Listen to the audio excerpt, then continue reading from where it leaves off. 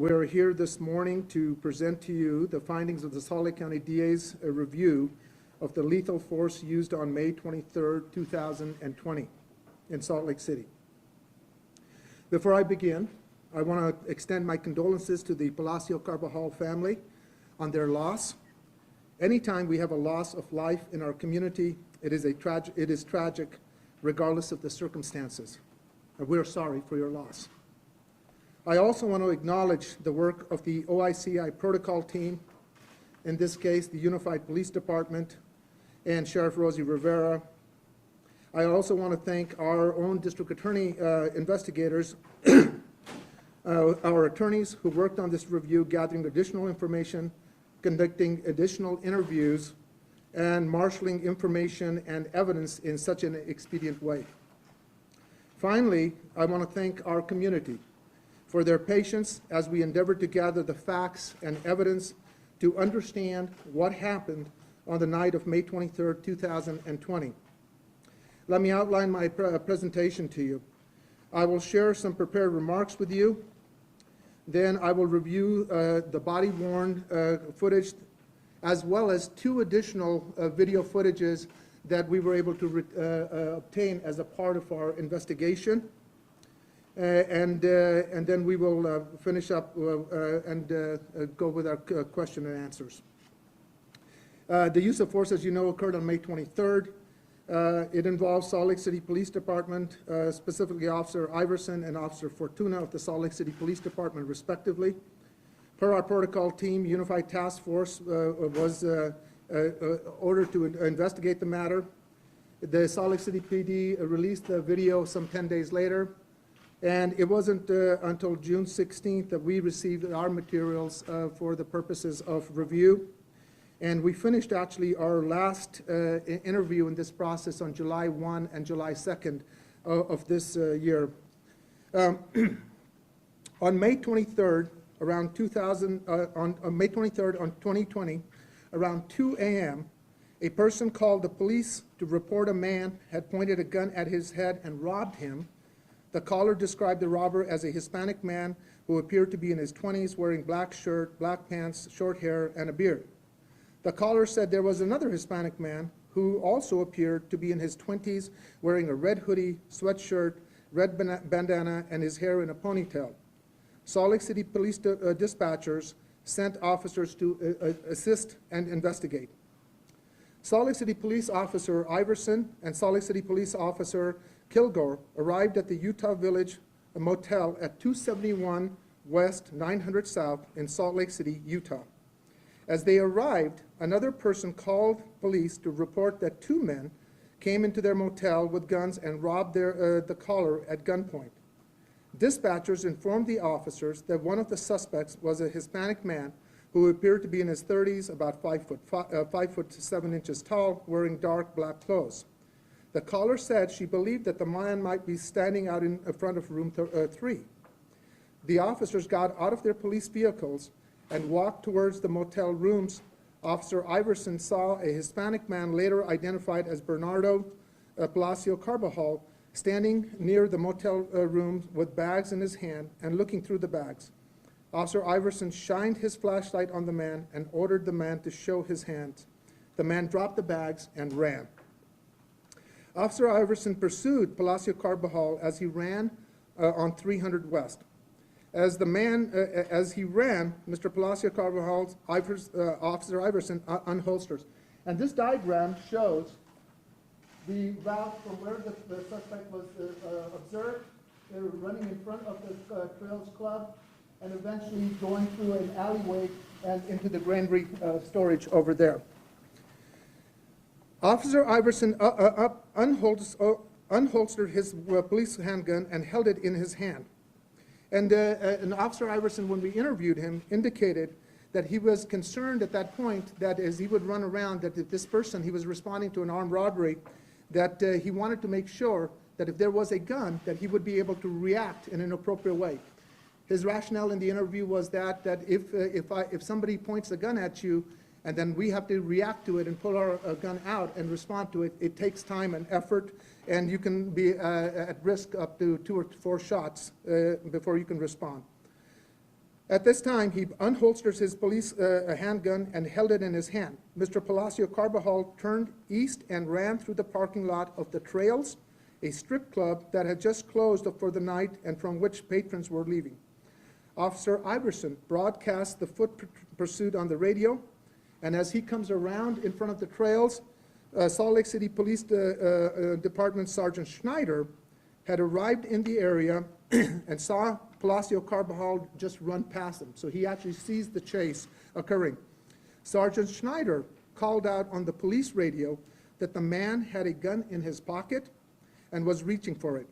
Sergeant Schneider joined the foot pursuit. Mr. Palacios-Carbajal continued to run north up the alleyway out onto 900 South. Twice during the foot chase, as Mr. Palacios-Carbajal rounded the corners of the buildings, Officer Iverson slowed to ensure that Mr. Palacios-Carbajal had not stopped running and was not waiting for Officer Iverson around the corner. Officer Iverson told protocol investigators he didn't want to come up on Mr. Palacios-Carbajal and get shot by him. Mr. Palacios-Carbajal crossed 900 South and ran northbound towards the small parking lot of the granary storage at the intersection of 300 West and 900 South. Officer Iverson said he ran as hard as he could and he closed the distance. Mr. Palacios-Carbajal tripped over the curb at the sidewalk next to the parking lot. Although he didn't confirm it as a gun in the moment, Officer Iverson saw Mr. Palacios-Carbajal drop an object on the pavement. Officer Iverson later told protocol investigators that he heard something metal hit the asphalt. Officer Iverson said he was concerned. Officer Iverson stopped his approach to Mr. Palacios-Carbajal while he tried to figure out what Mr. Palacios-Carbajal had dropped. Officer Iverson yelled, "Drop it, drop it, drop it." Mr. Palacios-Carbajal picked up the object, took a few more steps, and fell, dropping the object the second time. Officer Iverson yelled, "Show me your hands, show me your hands." Again, Officer Iverson saw something on the ground, but he could not yet tell what it was. Officer Iverson maintained his distance from Palacios-Carbajal. Officer Iverson said he raised his police handgun and took the, quote, the slack out of the trigger in case he needed to shoot.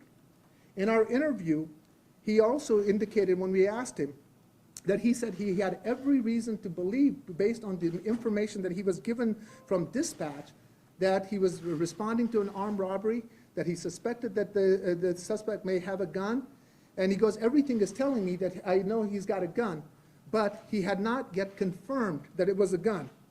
And he again tried to determine what Mr. Palacios-Carbajal had dropped. Mr. Palacios-Carbajal picked up the object a second time to run. Iverson again yelled, "Show me your hands, show me your hands." Officer Iverson said that he was concerned about the item Mr. Carbajal kept picking up. Officer Iverson took a few steps towards Palacios-Carbajal. Mr. Palacios-Carbajal fell a third time. As he fell, he dropped the object again. And this time, Officer Iverson saw and confirmed it was a gun. Officer Iverson was about 15 to 20 feet away from Mr. Palacios-Carbajal. Mr. Palacios-Carbajal picked up the gun the third time. And Officer Iverson said that his concern turned to fear for his life and the lives of others in the area as he saw Mr. Palacios-Carbajal hold the gun in his hand and to start to run again. And in his interview, he goes on to say that at this moment, when he saw and confirmed that it was a gun, that he was concerned that the distance compressed from him. He explained in his interview to us that distance is your friend, that when you are moved away, somebody who may have a club or a gun and they're away from you, that distance is your safety. But when you have a gun, that distance is closed and it is compressed, and that was a concern for him.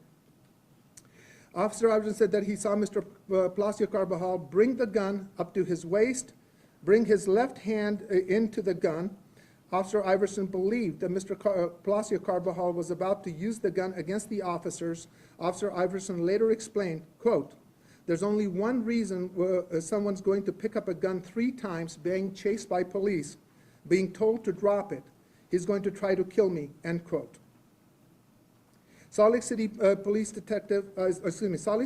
Officer Fortuna was in his patrol car when he heard the dispatchers broadcast the robberies at the motel and subsequent foot chase on the radio. Officer Fortuna drove to the location. Officer Fortuna arrived at the parking lot at the corner of 900 South and 300 West and saw Mr. Palacios-Carbajal on the ground having tripped with the gun next to him. And it's important to note that as Fortuna is responding, he's actually coming there and getting out of the car, but the time that he focuses on that third fall as he approaches at the same spot, and they converge there with Officer Iverson. Officer Fortuna arrived at the parking lot at the corner of 900 South and West, saw Mr. Palacios-Carbajal on the ground, having tripped with a gun next to him. Officer Fortuna ordered Mr. Palacios-Carbajal, drop the gun, but Mr. Palacios-Carbajal picked up the gun and started to run away. Officer Fortuna said he believed that Mr. Palacios-Carbajal was about to use the gun against the officers to kill them. Officer Fortuna said that he was aware that Mr. Palacios-Carbajal reportedly used a gun against at least 2 people very recently and was running with a gun away from the officers towards a residential neighborhood and towards other officers who were arriving to assist with the foot pursuit. Both Officer Fortuna and Officer Iverson fired their weapons. In fact, when we looked at the video evidence, it is actually Officer Fortuna who fires the first weapon, and just split second, Officer Iverson fires. They both fired their weapons at Mr. Palacios-Carbajal after he picked up the gun the 3rd time and started to run. Each officer was about 15 to 20 feet away. After being struck by the bullets, Mr. Palacios-Carbajal fell to the ground. And when we looked at the video evidence and gathered the thing, that first initial fire that we looked at, we estimate between 6 to 8 shots being fired by each officer at that time. After being struck by the bullets, Mr. Palacios-Carbajal fell to the ground and rolled over and raised his right arm and lifted his head. Officer Iverson later recounted how he saw Mr. Palacios-Carbajal turn his body over and raise his arm with the gun in his hand pointed at the officers. Both officers continued to fire at Mr. Palacios-Carbajal until each believed that Mr. Palacios-Carbajal no longer posed a threat to the officers. Officer Iverson said he saw Mr. Palacios-Carbajal arm drop and hand release the gun. With the gun on Mr. Palacios-Carbajal's chest, the officers and other Salt Lake Police Department personnel moved in to secure the scene and render first aid to Mr. Palacios-Carbajal, who died of his gunshot injuries. Now, at this time, what I would like to do is to have you look at some of the video evidence that we have. So I think if we can turn down the lights. So what I want you to pay attention, this is the first video that we're going to show you, is the body-worn camera from Officer Iverson.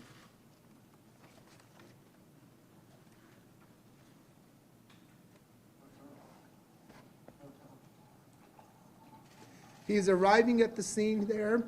The motel is to the left. He's hearing about the second call. He's trying to, he tells us in the interview, he's trying to look at and see what rooms are there, get himself oriented, because he's saying there's 3, then he had heard it was 13 or 14, and right underneath that tree is where you will see.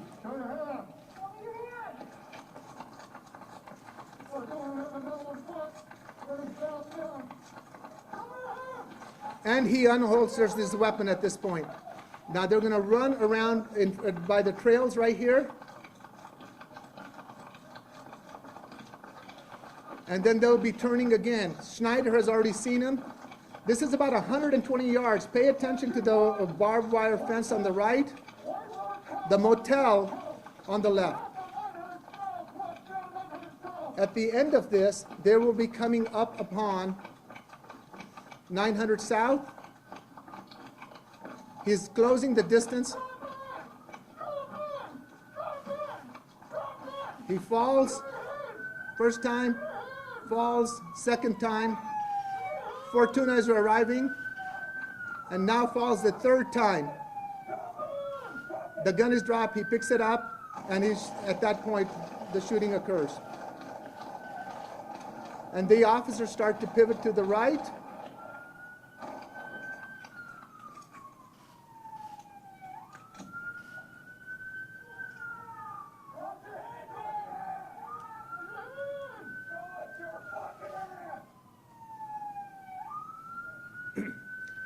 Pay attention to the lanyard that's hanging from the light on the left right there, because as they start to move forward, it'll look for a flash of a second. As they get closer, the handgun is right in the waist crotch area, resting on the body.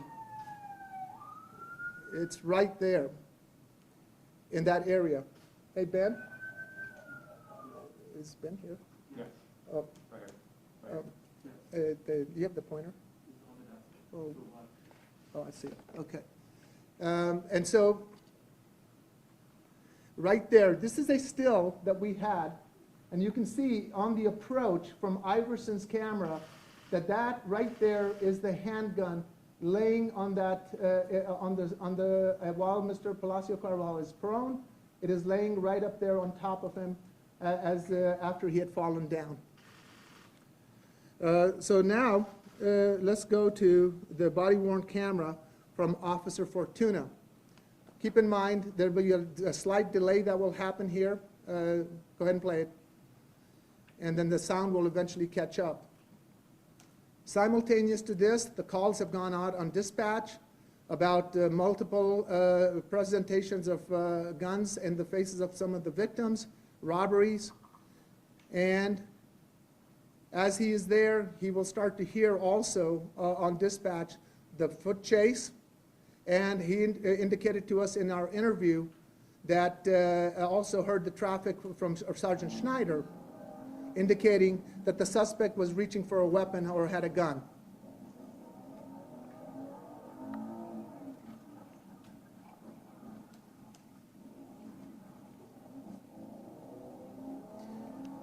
The interesting thing to keep in mind is that they're both going to converge, and you'll see Fortuna exit, and to the left you'll see Iverson as he's closing in after the first and second falls, and Fortuna really arrives and closes that distance as the third fall occurs in the parking lot.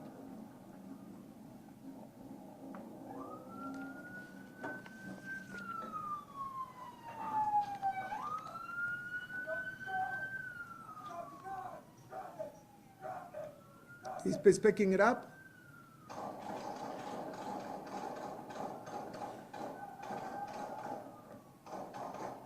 He pivots to the right.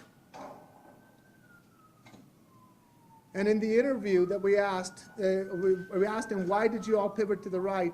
Because they both said, because when Mr. Palacios-Carbajal went down, he went flat, he turned over and pointed the gun at him, so they continued to fire to abate the threat.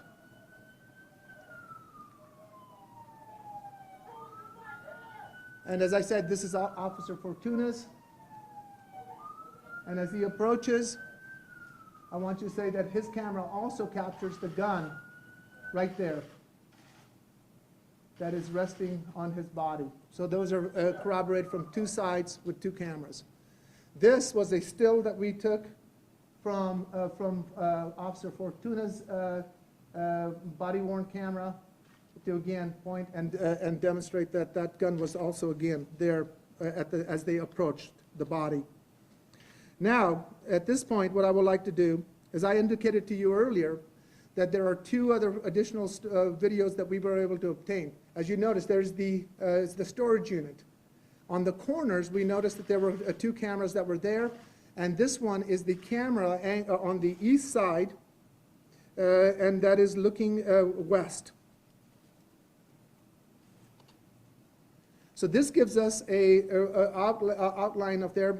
Keep your eye in this area here, and then over in this area right here. This gives a wide-angle perspective, so the distances sometimes are not accurately reflected on it, but it captures the scene. There's the fall. The gun goes out of the hand. He picks it up. He drops it again. He picks it up again. And right there is the first shot had been fired. The thing that we looked at, and then you notice the roll over the body and the raising up the arm. Now we're going to play this one more time from this area again. Marcos, would you please? Again, now, keep your eyes, again, as I mentioned. Oops. In this area.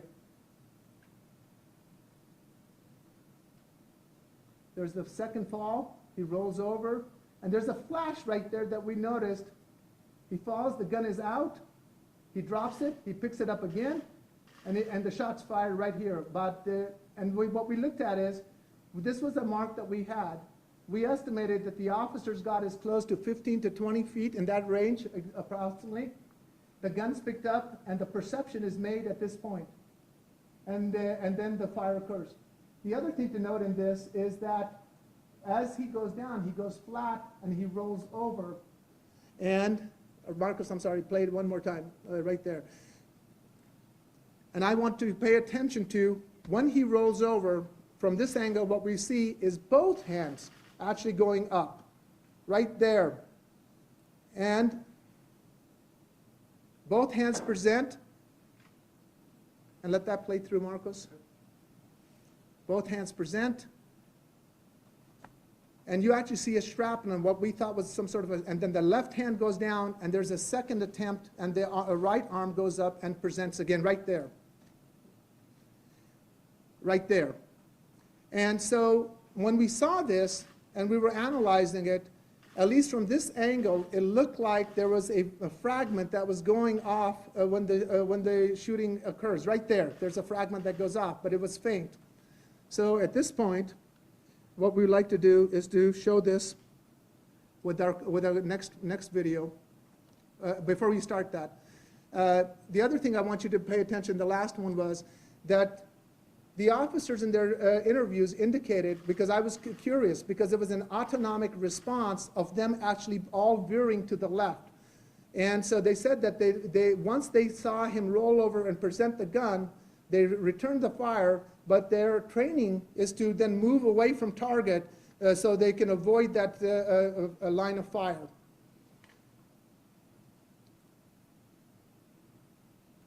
And we estimate about 6 to 8 shots were fired in that second component as they went through. When the download count was done on the officers, each officer has a magazine with 17 bullets in each, and each one, they had expended each magazine. So there were a total of 34 shots that were fired. The ME report indicated between 13 to 15 traumas. But since the ME report isn't complete, they could not confirm whether those were individual or through and through, where it enters one body part and hits another part of the body part. So now at this point, when we looked at this, we wanted to then go back and see if we could zoom this in to give us a better understanding in any way. Now, as I mentioned, when Mr. Palacios-Carbajal rolls over the second time, I noticed a flash of a glint that happened in that area. And my suspicion was that his gun was already out, because remember, Iverson is telling us in his interview that he's hearing metal that's hitting, but he doesn't know what it is. So we'll go ahead and go to the close-up that we did. So this is that second fall that occurs. And in this area, right there, there was that glint, right there, and that was what caught my eye. And I wanted to sort of explore that a little bit more, but this gave us the confirmation that glint of a light flash was real. Then this one is the same angle, but this is now the third fall with us zoomed in on it. And again, he falls, the gun goes here, It falls out of his hand. He grabs it here. And the shot occurs right here. And what we did is we measured the distance between this line, which is a fixed point, and this handicap block that was there. The distance is 6 feet from there. We also sort of estimated he was about 2 to 3 feet on this side. That is the moment when the perception of Officer Fortuna is that he's confirming that it's a gun. Fortuna is over here. Iverson is over here. Now, when he drops the gun, he picks up the gun again right there, reaching for it. And as he gets up, Fortuna and Iverson, his hands go up, and that is when Fortuna has made the decision to fire the weapon, because he's confirmed the gun, and Iverson has confirmed the gun. Again, right there, drops the gun, and goes there. And it's something that we can't ignore is the multiple times that Mr. Palacios-Carbajal dropped the weapon. And it seemed to, certainly as I look at this, and we went through and discussed this, that the desire to retrieve the gun was greater than the desire to run away, because every second that he does, the distance is closing. He had the jump on Iverson. He was well ahead of him. And it is at that moment, of stopping and spending and the time picking up that gun and continue to hold on to that, especially this third time when the gun has clearly fallen and gone ahead of him. He picks it up, he drops it, and then he spends time trying to pick it up again, and then takes off. Now, so then we have the next one. So this is, before you started, hang on. So the previous videos that I showed to you were looking from east to west, and then the zoomed up proportions of that. This one is from west looking east. And this frame is different in the sense that where that one was wide angle, this is actually much more narrower angle. So the railings are over there. You're going to look for the action in this. You're going to look for the action in this area. He falls. He's going to fall the second time. And look in this area. There's the gun right there. He's going to fall. The gun comes out. He drops it. He reaches back for it and pulls it again. So that glint that I saw from the other angle, this actually confirms it for us. And it also confirms what, and you can see the officers now going, pivoting to the thing, as to the reaction and the movement of Palacios-Carbajal at that time. And what you see is, and I want to play this again, you'll notice in that, there's the gun right there. He actually taps that gun right into the sidewalk right there, and that's the metallic sound that Iverson is talking about. He has still not confirmed what it is, but he's hearing metal hitting asphalt, as he's indicated. And then the gun's dropped, and I want you to, on this frame, what's important is, sorry, go back again. Yeah, so this is a close up on that, the last. So, yeah. The gun is pointing that way, and what was interesting about it was that he actually turns his hand and wrist to actually grab the grip of the gun when that's when the second time he's dropped it. And you can see the light shining off on it. The gun's pointing there. He grabs the grip of it. This is after he's dropped it now a second time in this third fall. And he picks it up, and the shot's fired by Fortuna. This next one is the west-east. This is, so we zoomed in. We wanted to see if we could maintain some clarity, and if we could zoom in. So again, notice it'll be so zoomed in. It'll be right in this area, and we can then clearly see the gun hitting that. He falls the first time, falls the second time, and rolls over right there. Falls down here. The gun is dropped. It falls out of his hands again. Picks it up, and he's wasting a lot of time at this time. And in fact, what was interesting to us was that Iverson, who was closing that distance and comes to that first and second fall, from the other angle, Palacios actually pointed the gun in that movement, but towards Iverson, but Iverson didn't see it. And he demonstrated incredible restraint in trying to confirm that it was a gun.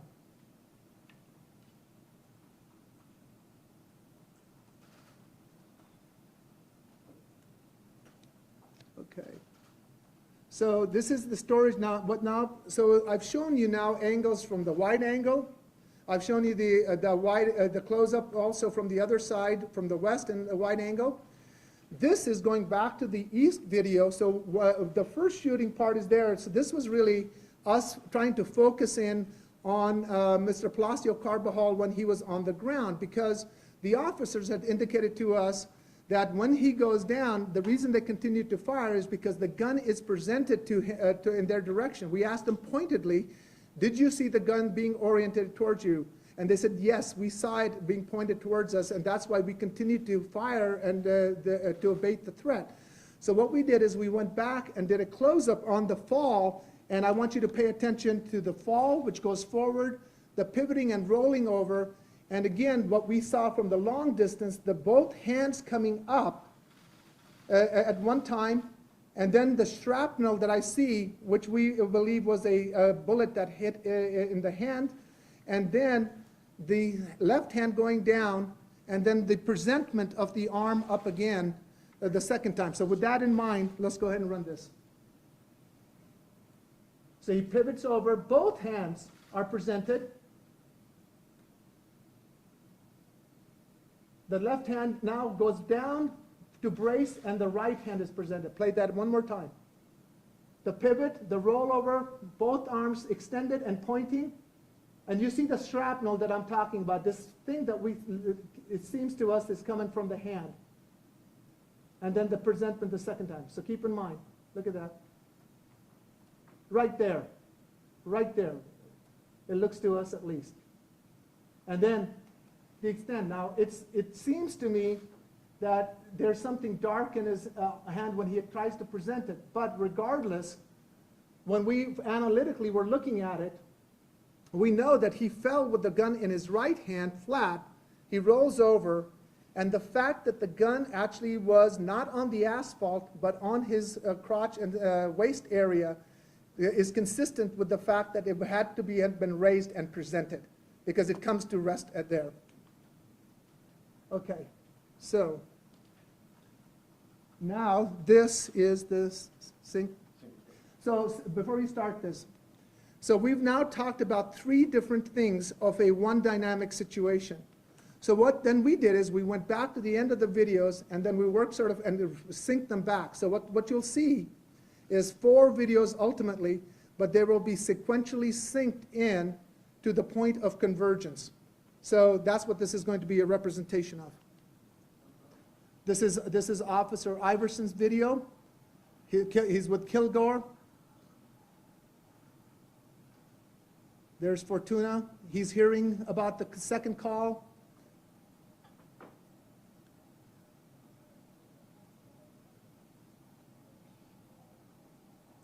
Iverson orients himself.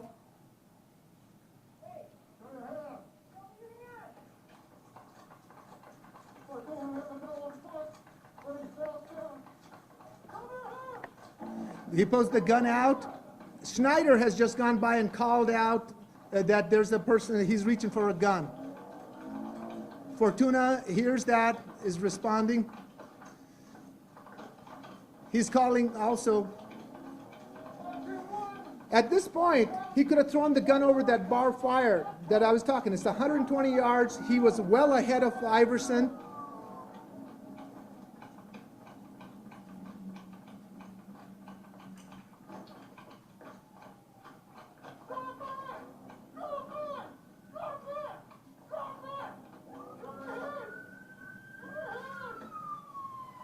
It's the second fall.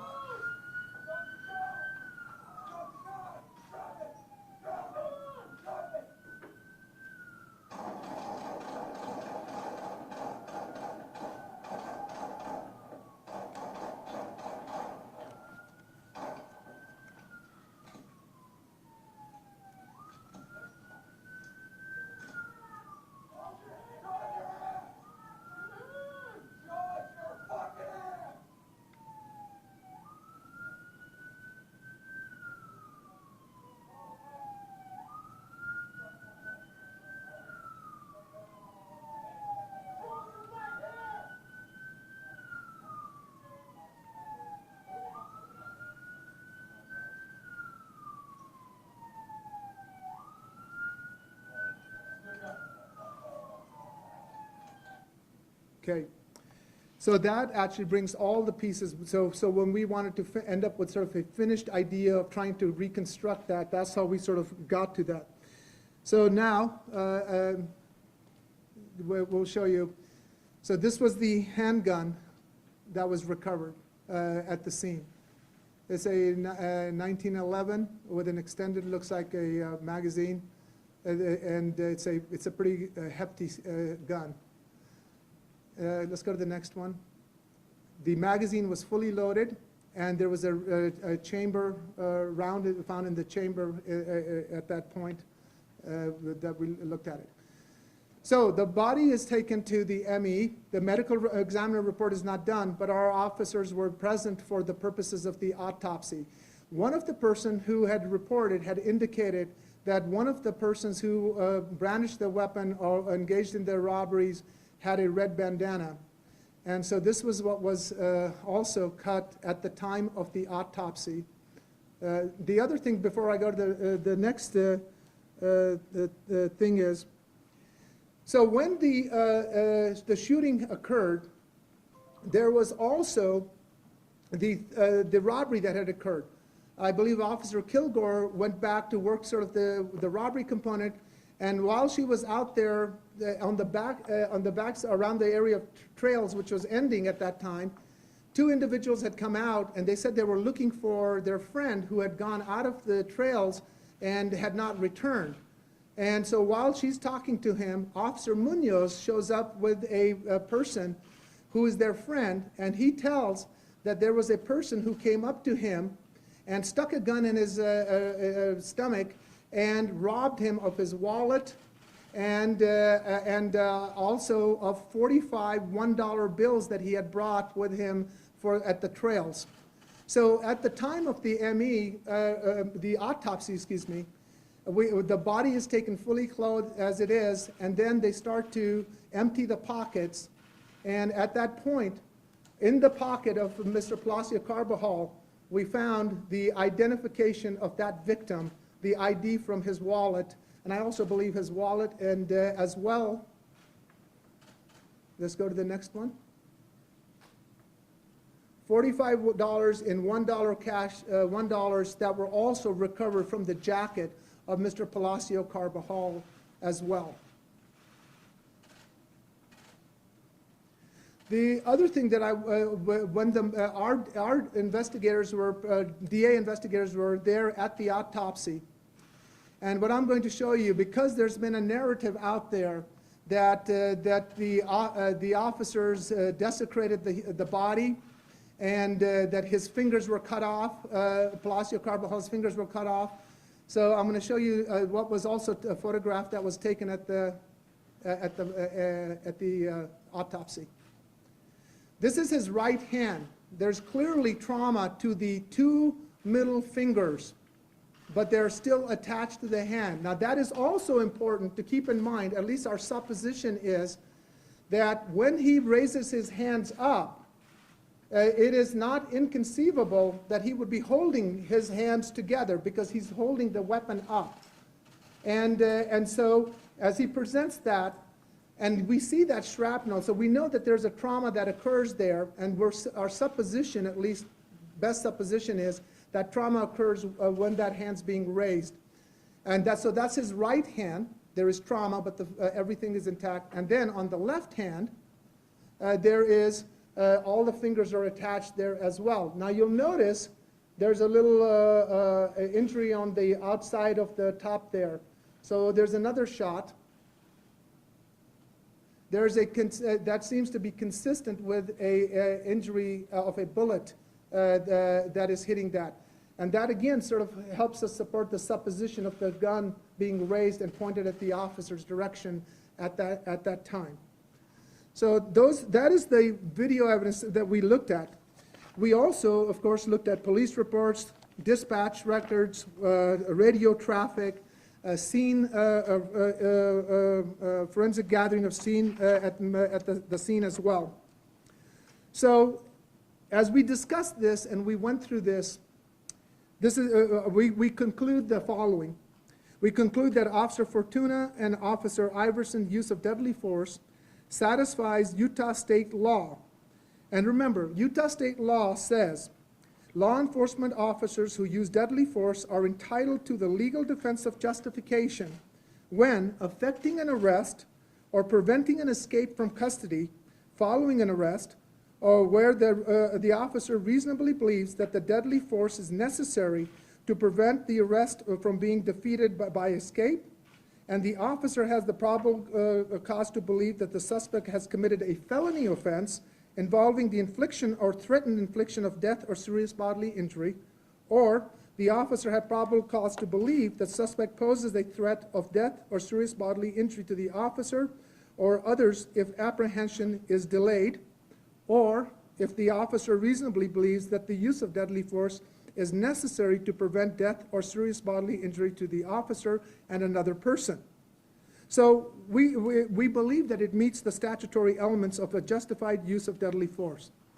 Deadly force that meets the statutory elements of a justified use of deadly force affords each officer a legal defense to a potential criminal charge.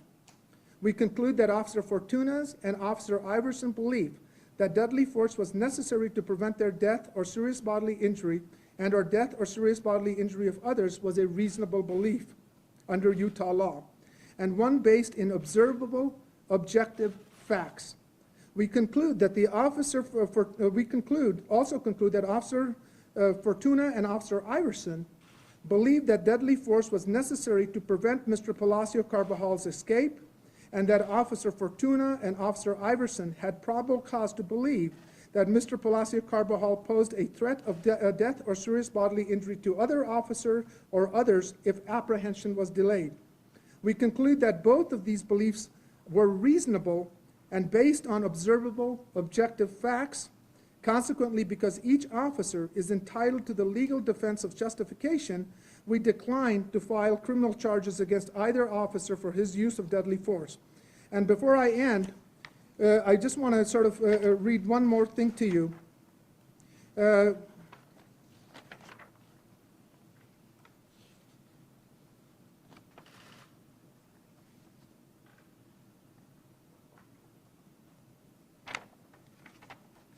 Excuse me, I thought, yes.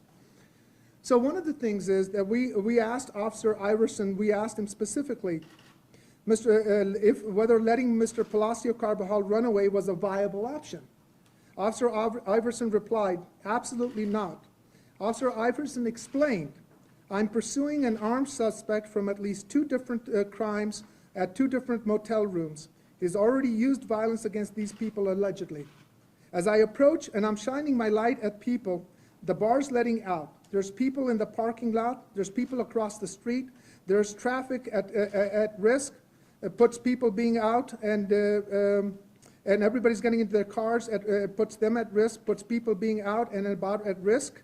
From him taking a hostage, carjacking somebody, making them drive somewhere, shooting another officer that have no idea what they're responding to, puts them at risk. And then we have residences in the area too.